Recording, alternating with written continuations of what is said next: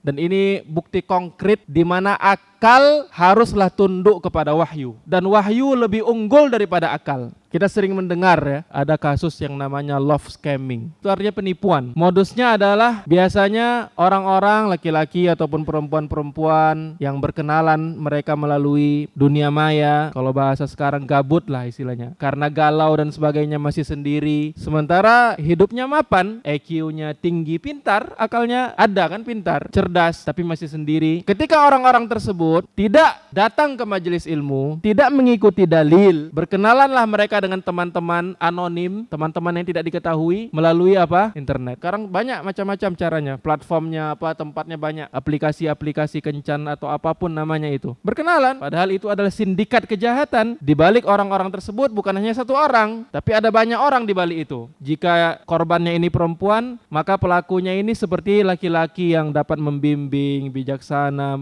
Dia bikin profil palsu, biodata bodong. Akhirnya terpikatlah si perempuan tadi karena dia tidak datang ke majelis ilmu, karena dia kosong hatinya ketika mendapat teman walaupun melalui handphone. Akhirnya telepon seharian, bicara, chatting. Akhirnya apa? Jatuh hati. Pada akhirnya apa? Ternyata dia tertipu, mulai diperas. Bisa nggak pinjam uangnya? Saya lagi butuh uang. Ya karena percaya, sudah percaya. Akhirnya apa? Diberikan.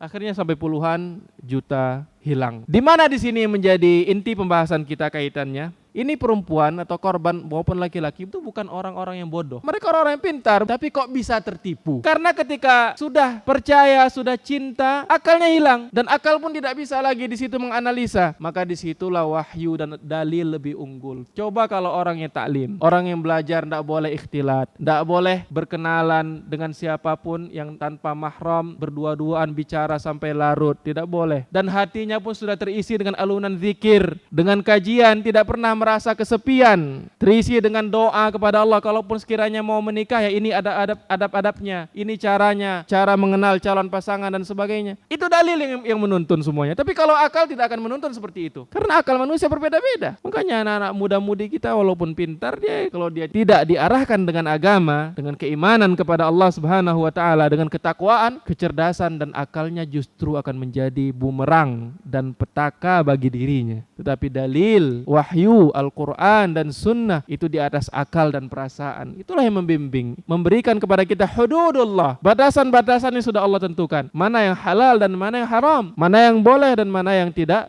boleh, sehingga seseorang selamat di dunia dan di akhirat.